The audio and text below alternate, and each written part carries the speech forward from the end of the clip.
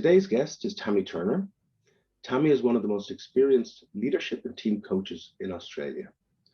She's worked with over 100 organisations in diverse sectors such as the Australian federal government, construction, energy, finance, NGOs and mining, among others. She's designed and delivered strategic business initiatives while engaging stakeholders across a variety of teams and individuals within organisations. Today, Tammy will share with us her thinking on taking a systemic approach to change and how to engage stakeholders in critical steps using a tested model with agile teams in complex adaptive environments. Tammy will share with us the team contracting model for creating a coaching or agile coaching engagement with built-in checkpoints for stakeholders with shared outcomes and responsibilities embedded. Without further ado, I will hand you over to Tammy Turner. Tammy, please. Thank you, Mick. What a lovely introduction. I really appreciate that. Well, welcome everyone around the world. I'm seeing people popping in here and there, so it's nice to see some new faces and also a few familiar faces as well. I tend to be interactive and I have inbuilt some places to pause and to ask for questions. And what you'll notice is that I tend to sort of work from a stream of consciousness when I'm presenting. So if for some reason or another I don't get to you right away, I will come and check the chat box. So don't feel that I won't get to you. I wanted to just also highlight that everything that we're talking about today, you'll get copies of. So you'll get a copy of the slide deck, a copy of the model that we're going to talk about today with an article and all of the sources. If there's any questions afterwards as far as content goes, please feel free to contact the Business Agility Institute and they'll get in touch with me about that. So without any further ado, I guess what's really interesting to me is that and I've deliberately chosen the images for this presentation to be ballet and gymnasts. And the reason why I did that is because I think that both key components of doing teaming in organizations and also for elite athletes is this idea of being nimble and being agile and really being flexible in the moment and just really trusting yourself and your body. So I'm going to be talking about some of those concepts. It may be for those men in the room that you're getting in touch with your feminine side, seeing as there are so many women in the photos. But what's really fascinating about ballet, you may not know, is that actually out of all of the sports that you can do, ballet is actually the most physically demanding, and the athletes are actually the strongest and the most nimble of any of the athletes in the world, even including gymnasts. So I think it's pretty amazing that we don't think of them, we think of them as being quite delicate creatures, and yet they're actually powerhouses. And I'm hoping that for those of you who work in agile teams, you feel the same way about yourself as well. All right, so what we're going to cover today, Mick's already given you a little bit of that, but what I wanted to talk about this idea about how do you create that in a future-focused organization? How do you actually dialogue and engage agile team members and others, meaning things like stakeholders or influencers? And I'm going to teach the shared outcomes model today as well. All right, so I'm a huge proponent of reflection and reflexivity, which is about putting reflection into action. And so I'd love you to put in the chat box, what do you want to learn here today? Because I want to make sure I'm getting everybody's needs met. So just think for a moment and put your thoughts in the chat box. What do you want to get out of the session here? Nice to hear about the contracting model. I could talk for hours on it. I'll try and be quick today. Mick wants some engagement at multiple organizational levels. Nice. Anyone else? We've got a quiet group today, I think, here. Oh no, they're all coming in now. Manage getting optimal frame for change, create an environment for teams to succeed, create the conditions for contracting in a truthful and relevant way where people really speak their truth. Lovely, Anna. I like that. Nice. All right, well, if anybody's still typing, I'm going to go ahead and move on. We might keep looking. Empowering teams, team coaching and agile coaching, interface between agile and other teams. That seems to be an interesting point for today. All right, so let's talk a little bit about the context. What is actually a future-focused organization, and what sorts of things might you be needing to think about if you are in one of those or working as an external consultant or coach or what have you? So what are they? So to me, and this is on our website as well, Turner.international, they're people focused and they're actually purpose led. And what we mean by that is that the people within there actually understand why they're there to work and have a sense of their own internal purpose, and collectively, how do they make that happen? Stakeholder informed, meaning that, you know, they have actually gone out and met with people within the organization to find out if they're working on a project, for that matter, or if they just want to build a relationship, what sorts of things do they need? And when we talk about stakeholders, I'm mentioning both internal and external here, because oftentimes we end up only looking at the internal stakeholders. They're systemically impactful. In other words, the entire ecosystem of, are they making a difference to the wider community in which they work, as well as the system or the team in which they're working in everyday life. This one's really important to us around cohesive decision making and accountability. I have been doing the work for about 20 years now, and there's not a day that goes by when I work with a team where we don't talk about that particular point.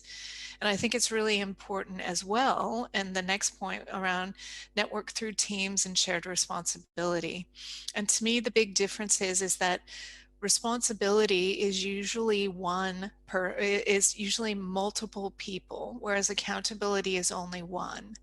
And why is that important? We'll talk about that in a little while with regard to contracting, but oftentimes it gets messy when you have multiple people accountable, whereas you can have tasks and deadlines and reporting, all of that sort of things, as multiple stakeholders, multiple people, multiple team members, but only one person is the buck stops with me. And that is the accountable person. And so as soon as you start having multiple people be accountable, then how do you know where to go to when things go wrong? Or also, how do you know where to get more money from? Or where do you go to when ultimately you need to get more resources on board or what have you? So that's why making accountability a single person, or an accountable person be one, is actually really important. Stakeholder informed is on there twice for some reason. I guess that's a really important point. But being adaptive, inclusive, and this important thing about being evolutionary. I mean, I think that we're all experiencing this with the pandemic right now, is those 3 bullet points are so key to what we're experiencing. You know, I can't tell you the number of times I have conversations where, oh, when do we get to go back to the way things were? Well, we may never. It's going to be different. And are you adapting? Are you actually including people? Are you actually looking at, okay, so the next iteration of the way we're working is going to be hybrid, or the next iteration is that, you know, we need to include more people because we don't actually have enough information to make a decision, where it used to be that we all used to be in the room together or what have you. So there's all different ways of thinking about these future focus, but I think that they're really important foundational things to consider. So moving along, this is a quote that I came up with that I really resonate with. Obviously, I wrote it. So, organizations who consider people, the community, the environment, as well as sustaining their commercial well-being are the organizations of the future. And I think that, I started my career way back in the 80s, so I might be older than many of the people on the call today. But, I was born into a world where commercial was the end all and be all in the excess of the 80s. Whereas today, what I love about working in sort of teams of teams, especially in agile teams where you've got a lot of more younger, enthusiastic folks, they are very committed to the community, the environment, and also everyone in the organization, if regardless of age, gender, background, what have you, should be included, worried about commercial well-being, but well-being as a concept or holistic way of working as well. So this sort of sets the stage for where I'm coming from, my sort of bias, which I'm really keen on putting out there, because my bias is going to imbue the topic today, the way that I like to work with teams, etc. And I think it's important to know that, because it may not be yours. And the way that you want to take forward whatever works for you today is, absolutely right. I'm not here to judge. I just want to let people know that, that's what I'm bringing to the conversation. So with regard to teaming, how do we work together well, and how do we actually bring out the best in each other? And how do we, in this particular slide, look at what do we need to be fit for purpose, and how do we actually want to bring the performance together so that we're actually working collectively and almost effortlessly, either because of how we've worked together in the past, or because of our practicing, or because of our unique skills that we bring together. So what exactly is teaming? And these come from Amy C. Edmondson at Harvard. If you haven't picked up her book or read one of her articles or seen her YouTube videos, she would be on par with a Brené Brown for those of you who've done personal development work. But what she talks about is the fact that teaming is basically teamwork on the fly, because teamwork is kind of a 1980s concept, which I'm going to talk about in just a second here, but that it's particularly needed when the work is complex and unpredictable. And where Amy's done the majority of her work is in hospital operating rooms and emergency rooms. And what she noticed in those environments is that, this is where people's lives are at stake, where people are working shift work, where people are sleep deprived, where people are, dealing with family concerns as well as the concerns of the patient on the table, etc. And so very complex. And you need to be ready to go with whatever's coming at you in that moment. And this idea of hierarchy, where the one person who's the most senior or has the most positional power, whatever, may not always be the best person to make the decision. They actually are the accountable person. So that's why I talked about one single accountable person. The others in that, say, operating theater are responsible for that patient's well-being. But the person who's doing the surgery is actually the accountable person, right?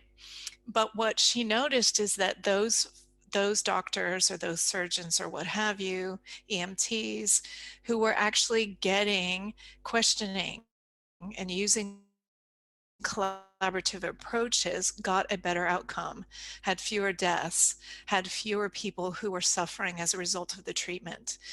And so we are, as coaches, are really heartened to hear this, because this is actually what we try and teach every day when we're out there in a team coaching environment.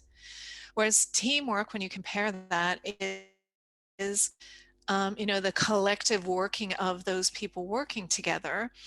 But it's best when the team has done properly, has been working together previously, and it's repetitive. So say, for example, if you're in a kitchen and you're making a recipe, and you're making the same recipe that you serve every single night, then that's teamwork. But then somebody comes in with a special dietary concern, or they don't want what's on the menu and they're a special VIP customer, and you've got something there. Does everybody just defer to the chef, or does the chef ask for involvement? And does the chef ask for a special kind of prep work to be done? And do people push back on that and say, we don't have that particular item in, chef, what have you, and that's actually teaming. So once you start that positioning of collaboration is where you see that action coming out.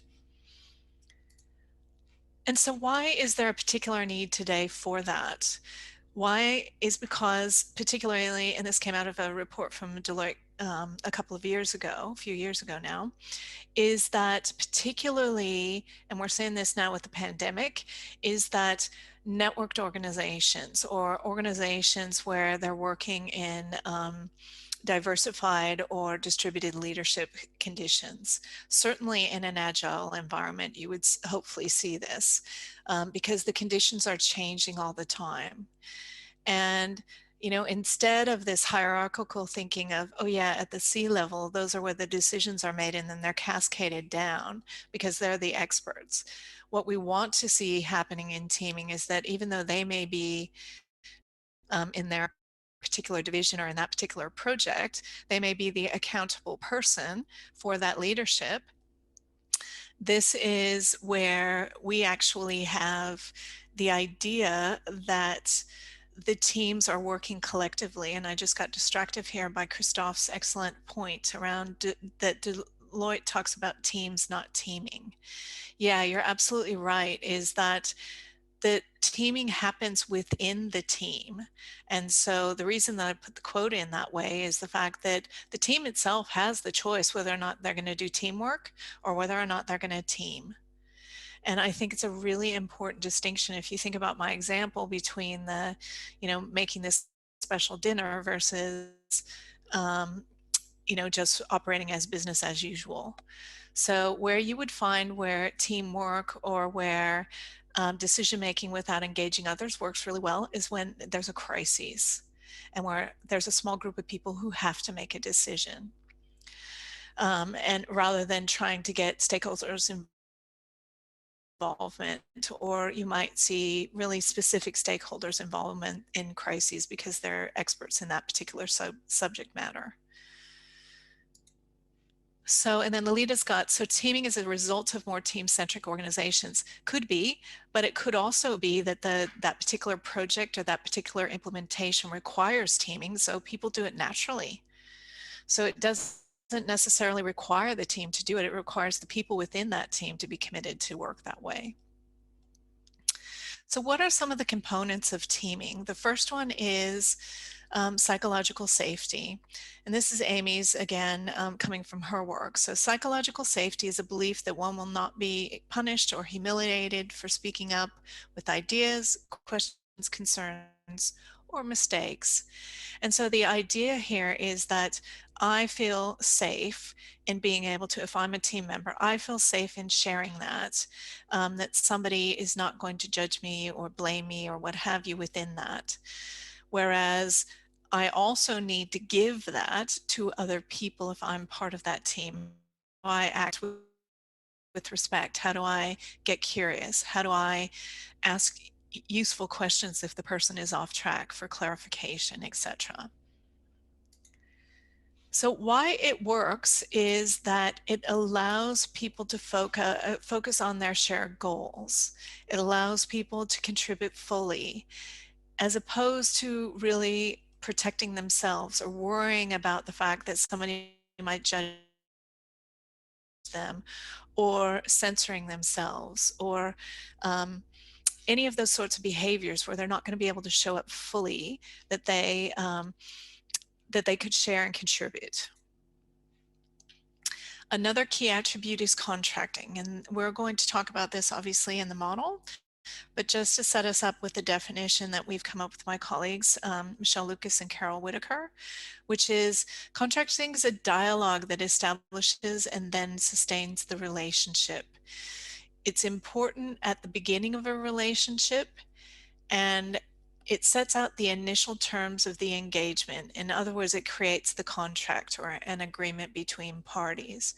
And to me, this is really interesting that most people understand what a contract is. This is anytime you buy a house or anytime you go and buy an appliance or whatever, they've got a contract with you for that particular item that you're purchasing.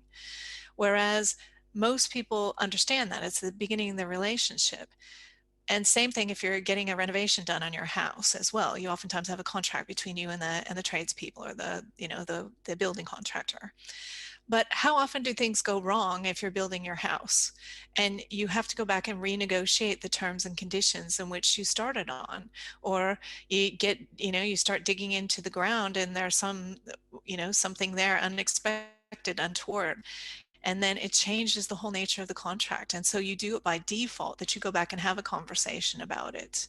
What do we actually mean? Or when you're buying a house, you go, oh, we got the condition report back from the assessor, and now we need to renegotiate some of the terms around that. Who's responsible for that? So I think that it's important to look at that contracting is something that happens organically, and it happens often. And so you will be learning about spot contracting today as well. So what's required to actually team, or to do this concept of teaming? So since we've talked about contracting, you will hear me say this a lot.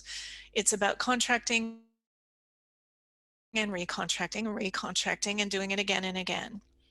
It's about, for those of you who are coaches on here, you would know this full well, about really embodying curiosity. It's just not asking a useful question, it's actually being genuinely curious.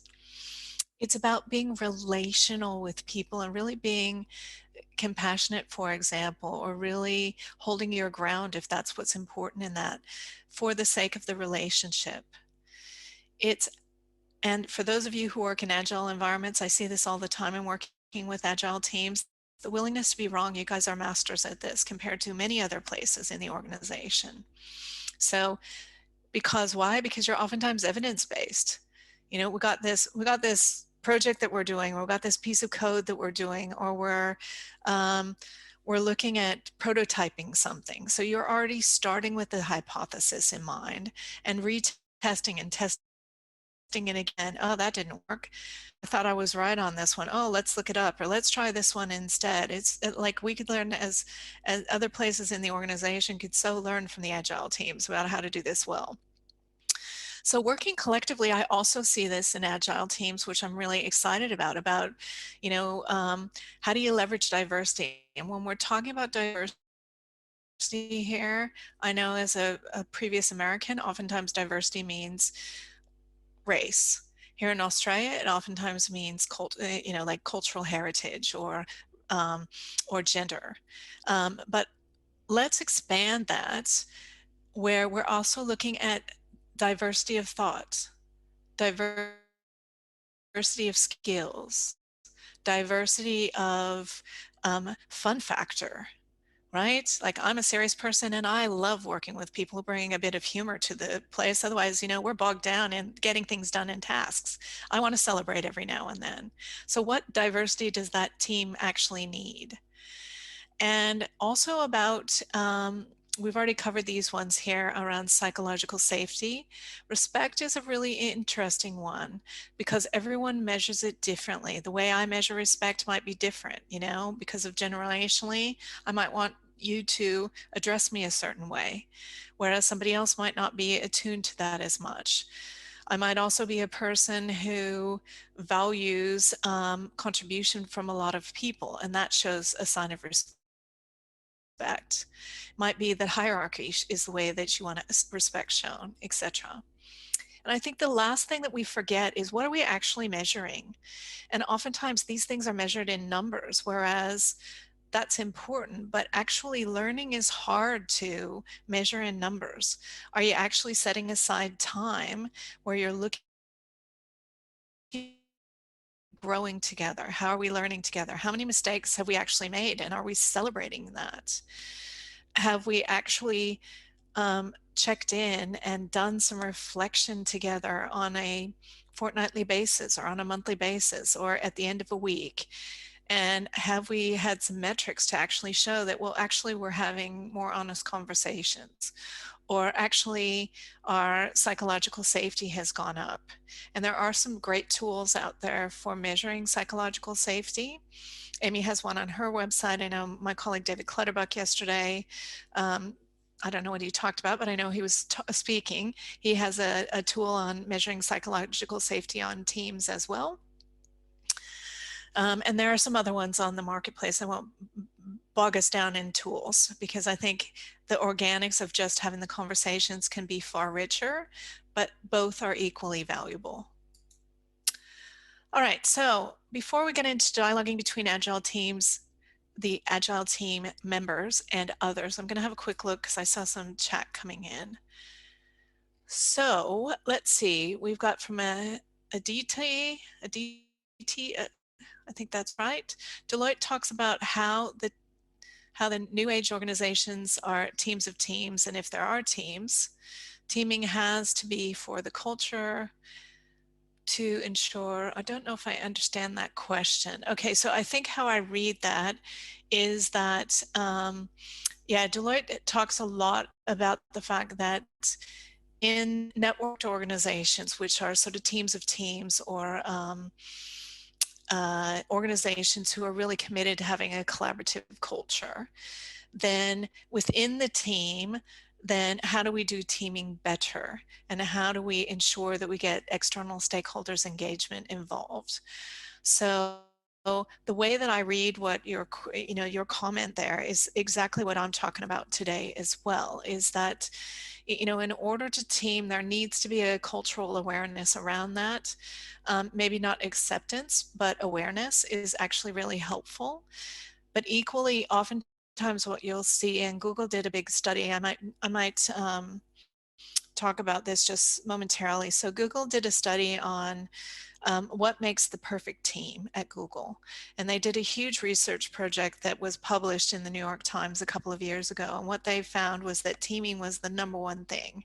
And so the makeup of the team could be people from all sorts of different backgrounds, could be people that had never worked together before, could be people that had worked together for a long time, could be a brand new team that had just formed to work on a specific thing in Google. And what they found was talk time was shared equally, maybe not in that particular meeting, but over time. What they found was there was respect. What they also found was that tasks were shared, that they weren't always put by a particular role or what have you. So to me, Lilita, that really illustrates what Deloitte is talking about, is that once you start creating that team working that way, and if you have multiple teams within the organization working that way, then you've got a culture of teaming. Whereas you might only have a division within Google, for example, or you might have a project team within Google, for example, that are teaming.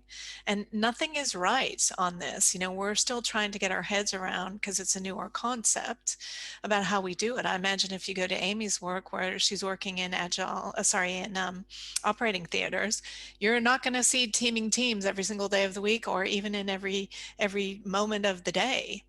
So, this is an elusive concept, and who are we as coaches from the external to say that you need to team all the time?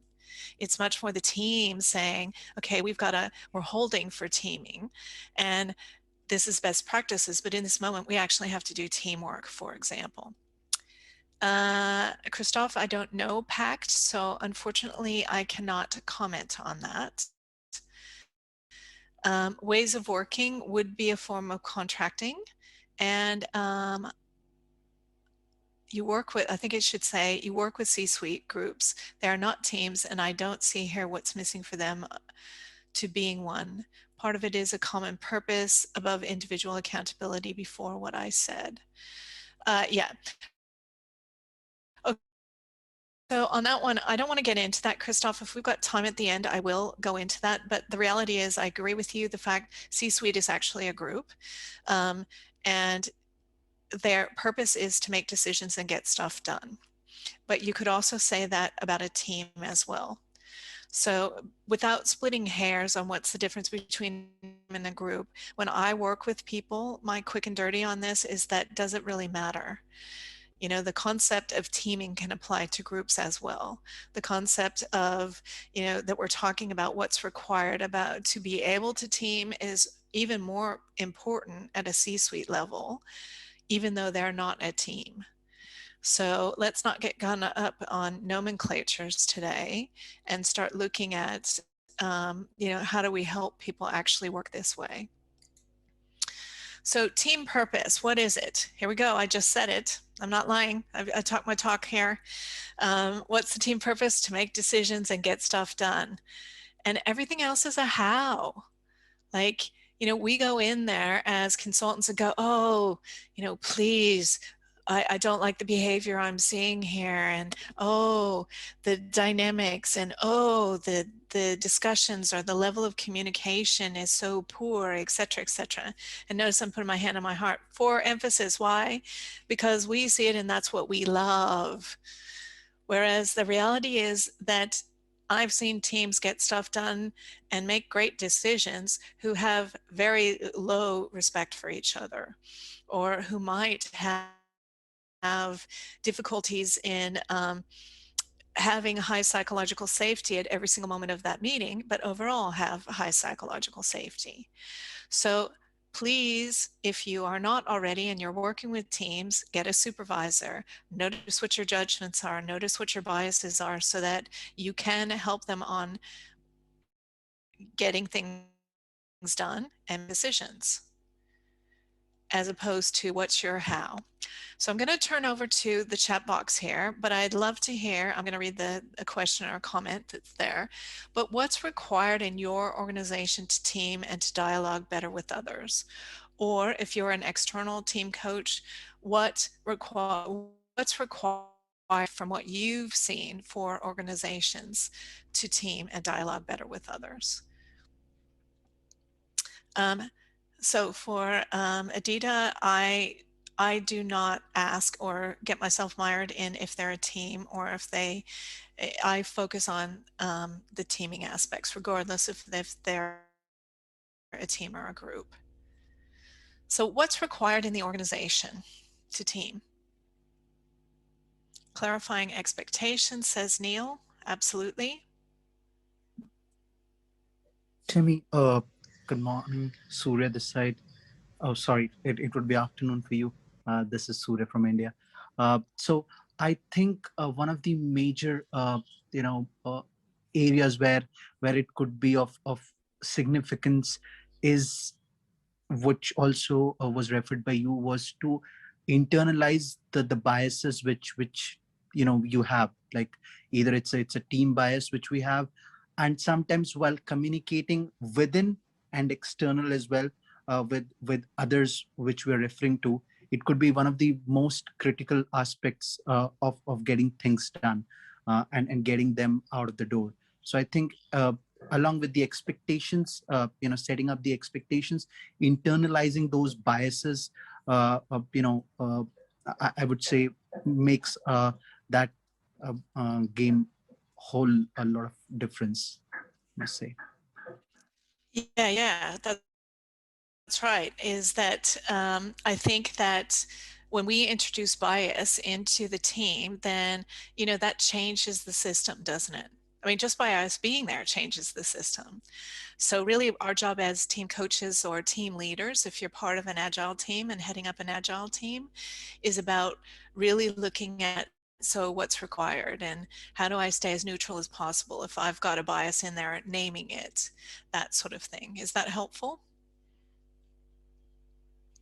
Yep, thanks to me. You're welcome. There's some great stuff coming in here on the chat if you're reading that. Do we have anyone else, Afika, who wants to share a comment before we head on?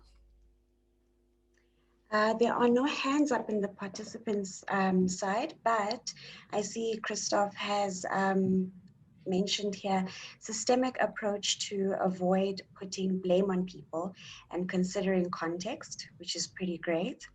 As well as Lalita saying that some requirements, having a clear purpose, role clarification, and being proud of what their roles are, as well as Anna saying, be able to be in dialogue, listen, be curious, not defensive, clarifying assumptions. Neil also shares that it's important to have a common purpose and focused outcome. That is what business or customer metric will prove the value added. And Christoph coming back again to say learning loops reflexive, and then space. Yeah, nice. All really, really great comments, everyone. And I'm glad that you read those out too, so that the folks who are going to be listening to the recording, if they're in their cars, can hear it, right? So I'm going to move on here. So I really love this idea about co-creating productive decisions. And and I've been working in this sort of area for, gosh, a while now, 15 years or something like that. Because if you look at the fact of my bias around, a collective of people are there to make a decision and get stuff done, how do we actually do that? And if you're in the room and if your team has worked together for a while or your group is used to making decisions, it seems to be easier. However, with the advent of lockdown last year, a colleague of mine and I actually decided, oh, wouldn't it be great to actually measure it?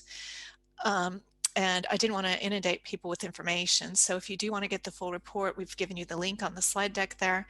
But basically what we did is we went out to our client bases and on LinkedIn and looked at what's required, or what was going on, sorry, not what's required, what was going on during lockdown and people going into distributed leadership and people working from home and etc. What happened to those being able to co-create?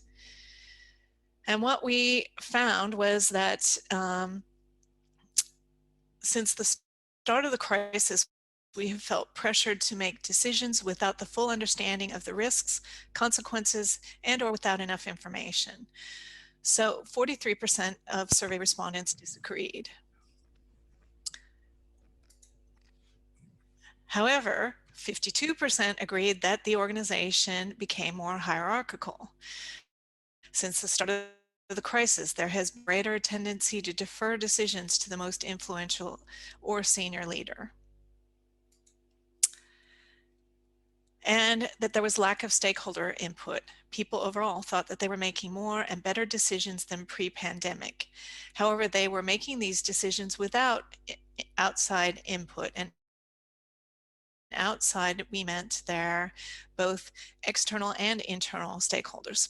So in other words, the team itself, or the decision-making collective, were the folks who actually made decisions,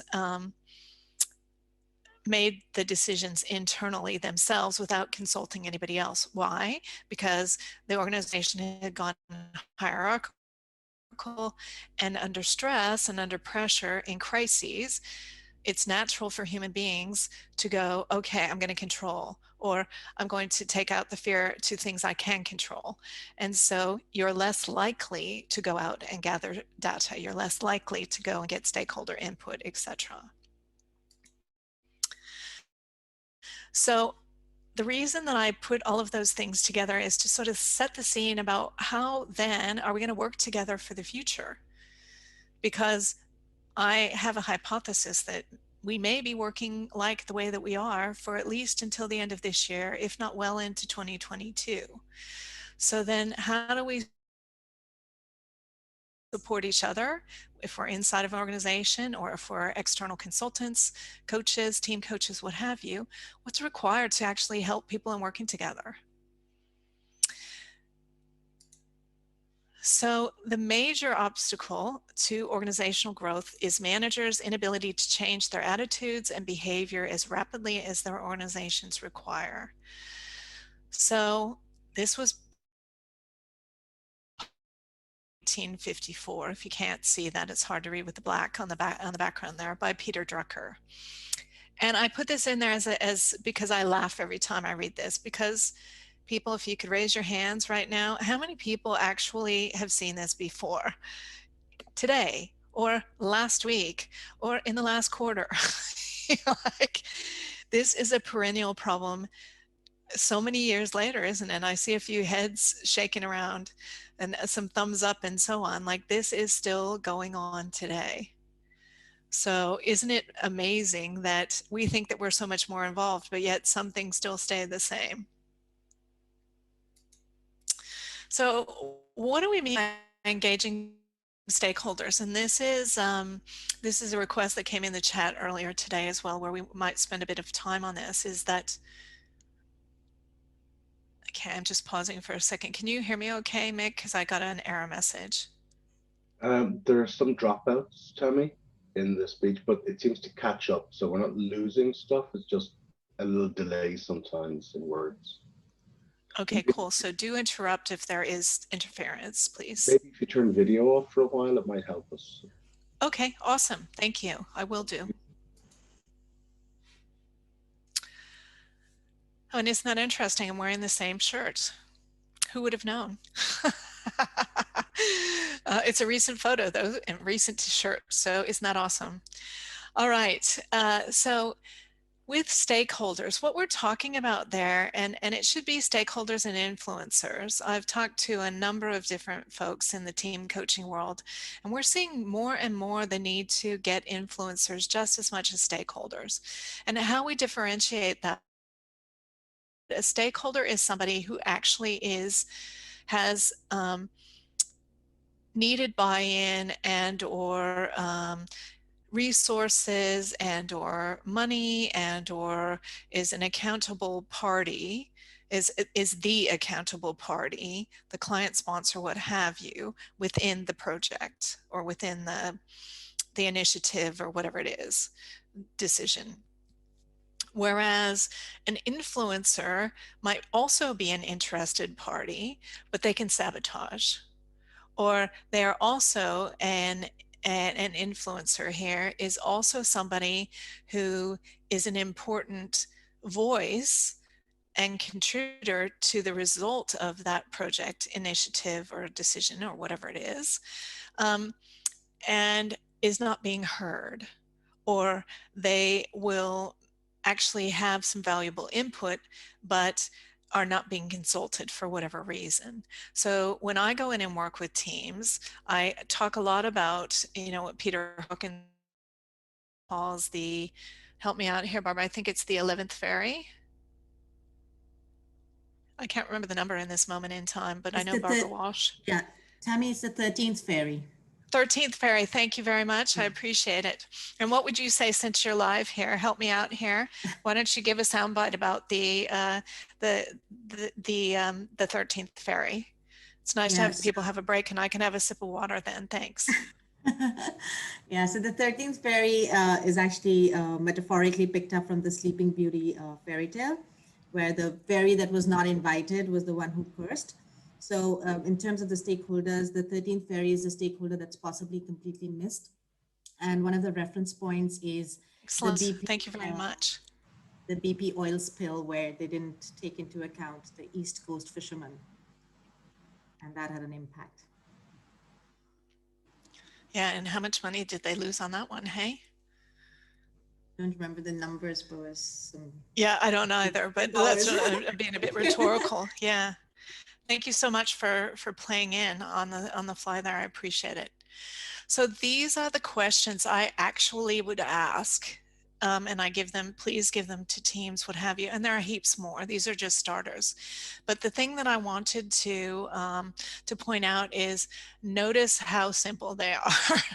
Like, we're not trying to solve world peace here. This is about really being genuine about who needs to be involved and why are we asking them to be involved. So what's their unique contribution to that particular project, decision, or conversation.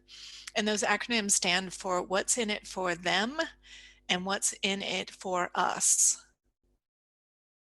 So the U stands for us.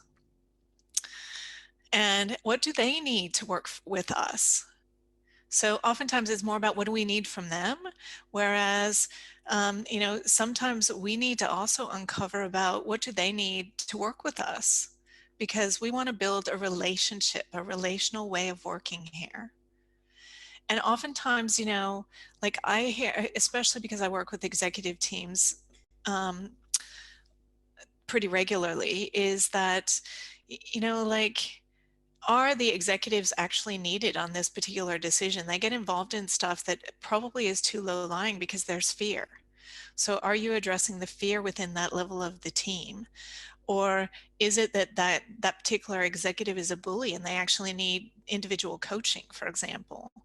Or is it that you know, that person is a heavyweight and feels like they need to be included when they really don't. And you can politely say, you know, thanks for your offer, but not needed this time around. So really have some detailed conversations before you start, because otherwise, this is to me, why I'm so passionate about this particular slide, is that this is where people end up getting into meetings upon meetings upon meetings upon meetings upon meetings, because the more people you get involved, the more likely then you got to have a conversation with them, and then they feel the duty to actually get involved as well.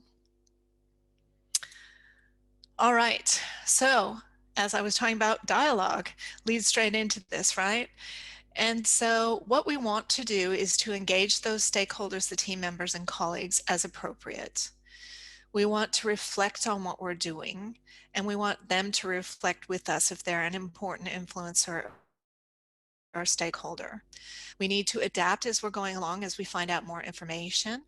And again, if things are coming up that did not fit the original conditions or did not fit the original contract, or timelines are slipping, or new people need to be involved, then this is contracting again. So I'm moving along on this particular one because we're going to talk about dialoguing in just a few minutes here with contracting. But ultimately, you know, what I find is so interesting is that a company's value is just the sum of the decisions it makes and executes. And I put this in here because I love to have you guys lift this and tell this for those of you working at an executive level, because we get so stuck into numbers and outputs and operational procedures and etc.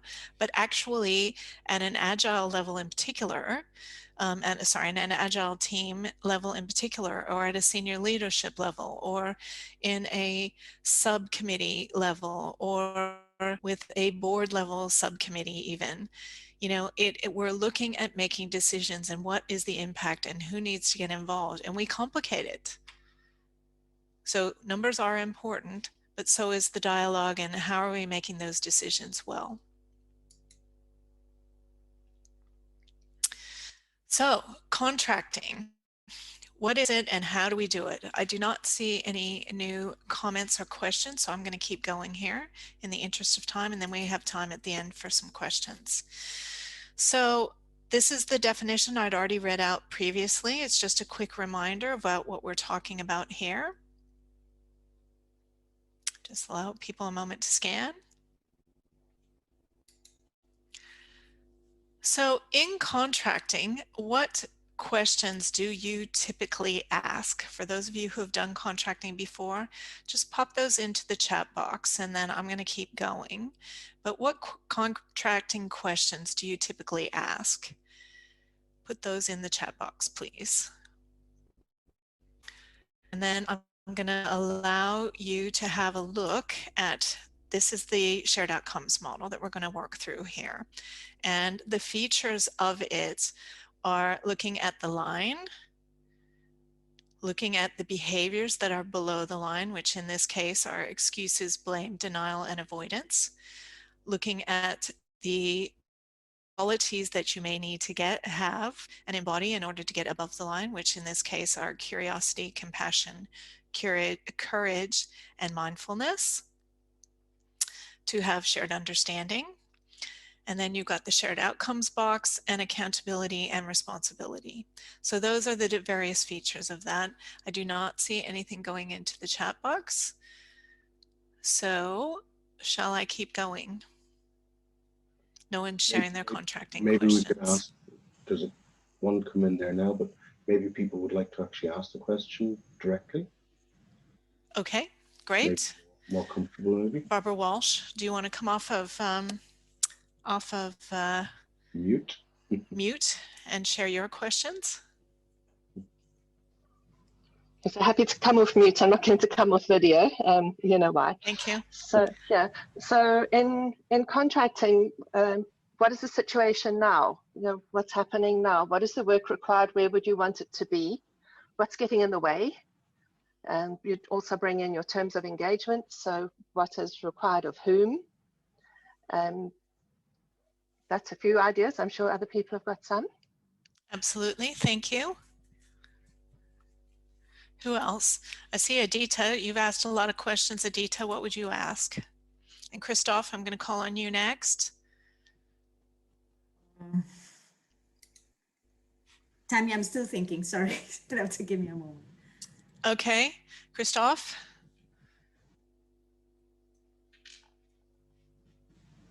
So one of the questions, Tammy, would be, how do they see the engagement going, or how do they really want to engage? So setting that the rules or the ground rules for the engagement is one of the questions. Absolutely. So it would be early on, wouldn't it?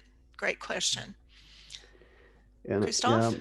I was proposing, have you got a common description of the current situation and what is your ideal situation? Yep, absolutely. So these are all, it's interesting. So what I'm noticing is some of these questions are, really establishing the initial contract. How are we going to work together? Whereas this is actually, thank you so much, everybody who's participated. And if any others come up, put them in the chat box, or we'll get to them, because it's really important to look at when you're building that initial psychological contract. Absolutely spot on some of the questions we've just talked about there. Where contracting really comes into its own as well, though, is when we get off track. And where you see this happening is when, for example, somebody on the team does not get their way. Or, for example, when somebody is participating but not actually participating, if you will. So they might be paying lip service to the conversation, but they're withholding information. Or they're participating in the conversation, but they actually haven't shared their full view, or those sorts of things. So what you want to be able to do then is recontract. How do you get that person back into the dialogue, etc.? And oftentimes what you see is that that team has allowed either a person or a few people get below the line. So they're doing avoidance. They're not participating, or they're not answering a question directly, or they're not getting something done they said they would. Or you see excuses being made, or you see somebody being a scapegoat. So they've gone below the line, and that's a cue to whomever in the room, in the team, is not below the line, who has some compassion for the situation, or who can be curious or whatever, to come break it up and start asking some questions, which are these that are coming in here right now in the chat box that I see. What do you need versus what do you want? How can I understand where you're coming from? Or I'm curious, Bob, about, it seems like you are frustrated about the situation. Can you tell me more? Julie and Ted, you've worked on this before. How can we tap into your knowledge right now? It seems like there's a little bit of blame going on. How do we better understand where that's coming from, or who else do we need to get involved? Notice how simple the questions I'm asking. Why? Because literally all we're trying to do is to get shared understanding. Like, what is actually going on right here, right now? What is actually going on between team members? What could be better understood to make a better decision?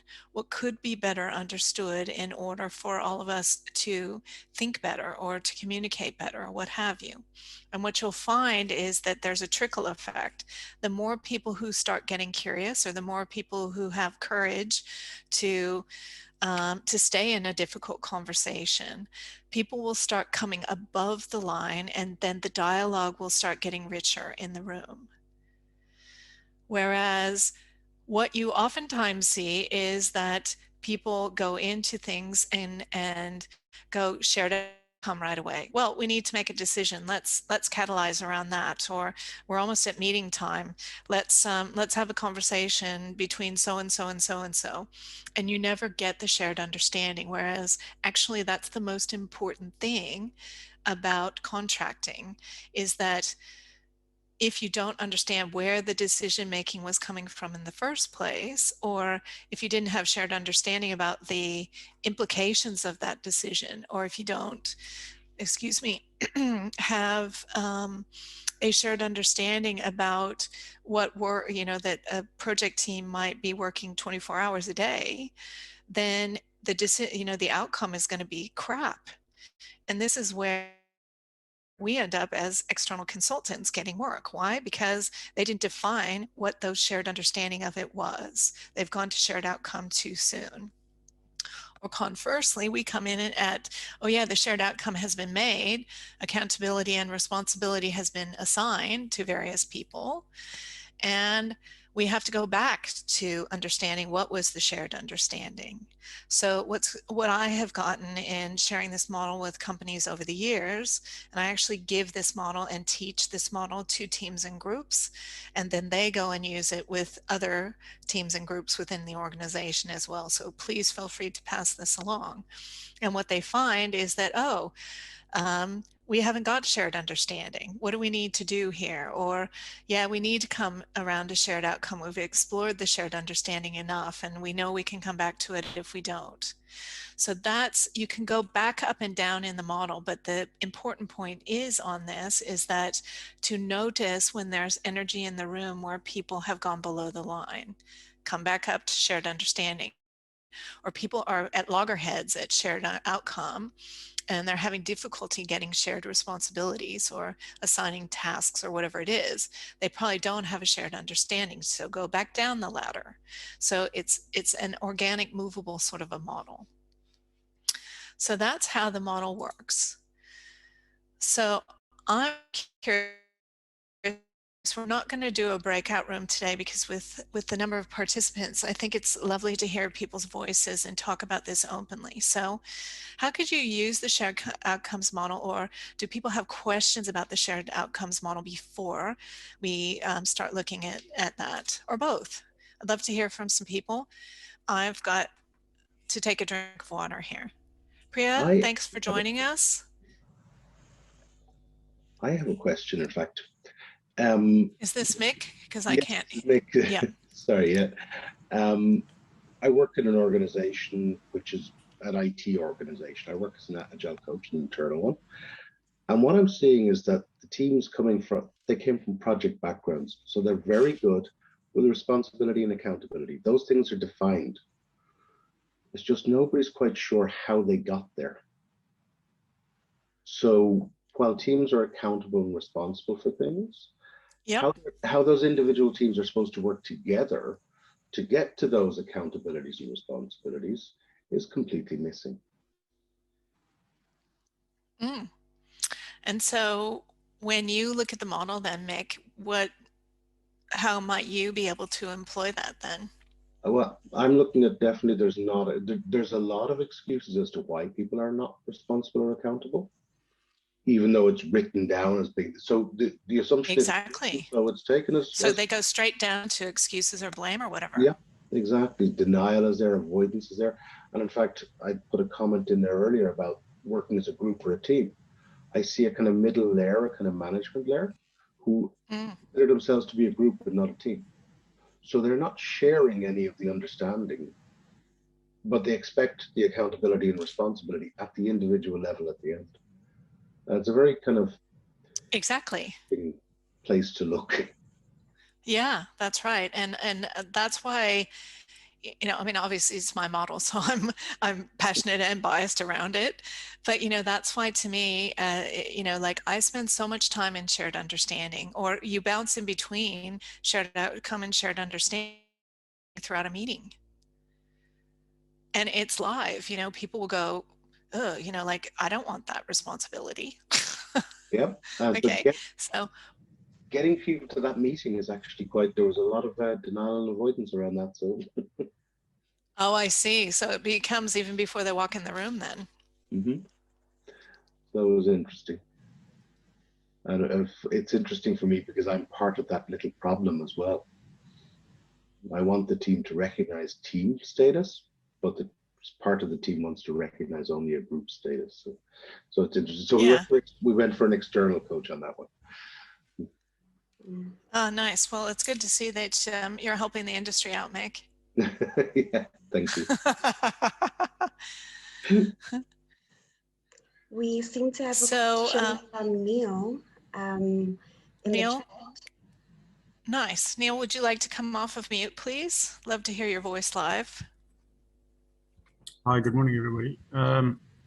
So often, whether you're coaching teams or even executive or portfolio level, program level, you've got these big personalities. And as we said, like looking at the Peter Drucker statement, their mindset's still in yesteryear. And when you're trying to facilitate and empower teams and get that dialogue going, often, the bully can come out of that person, or the heavy hitters kind of using their weight to kind of meet their agenda.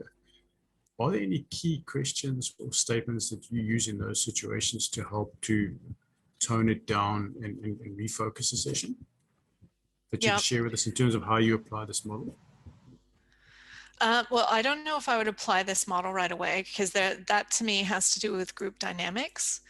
So I might address the group, go into some group dynamic tips first, and then I might look at where I would then employ the model, if that's okay. Sure, no problem. And I'd love people to put in other questions. Other questions that you would ask to help Neil out, or I'm happy to open up the floor if people want to raise their hands, and then know that people want to participate on this, because actually what Neil's asking here is really important. So to me, oftentimes this notion of a bully, or someone who's what I would affectionately call taking up a lot of real estate, is because they are insecure in some place and they've never worked on it before, or the organization lets them get away with it, or they're the boss and they're used to doing positional power. Any of those sorts of things are where I usually see it.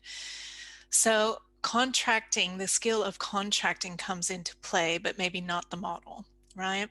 So what I might say is, things like, and I guess I hadn't thought about applying the model in this way, but I might be doing it in my head, is I might be coming from a place of curiosity and compassion, right, Neil, in saying, okay, I'm just going to call this bully Bob, because that's what I do. It just makes it easier for me. So Bob, I'm really curious about, it seems like this is an important issue for you. So where's that coming from? Can you tell us more about that? Or Bob, you've got a lot of passion because he's just gone off, or he's pissed off at somebody, and he's brewing under the seams.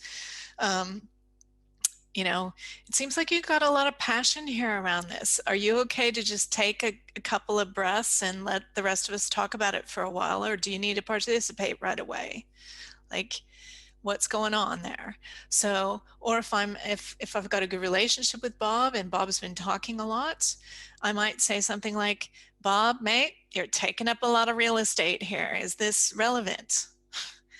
So it really depends on your relationship with the person, with the team, what have you, but you want to name the behavior, or you want to work with, not name it, you want to work with the behavior because they've gone below the line, right? So you have whatever it is in the next box, hopefully above the line. And those are just representative. I don't know if I said this early on, but those behaviors that I had put both above and below the line, they're representative. They could be anything. And so it's not until we actually have gotten somewhere with, we might not fix that thing with Bob on the day. It may take multiple team meetings for me to actually break through that behavior. And I might also be having a conversation with the client sponsor, with Bob himself, and or others to find out, does Bob actually need some individual coaching, or can, what other things can we get to make him not, to participate, make him, to help him in participating differently within that team. So that's how I would do it. And then when that moment comes up, when it's right, then you can introduce the model, because oftentimes just by breaking up the energy in the room, Bob will have less power or less authority or whatever it is. And then you can introduce the model, because what happens, and this goes to Barbara's question here about And sorry guys, I didn't mention this, but Barbara and I are both on faculty for the Global Team Coaching Institute and have worked together before. So that's why when I saw her pop up, that's why I knew I could call on her right away. So I don't mean to be exclusive to her by any stretch. I'm trying to be inclusive of everyone, but that's what the link is here. So I'm being transparent.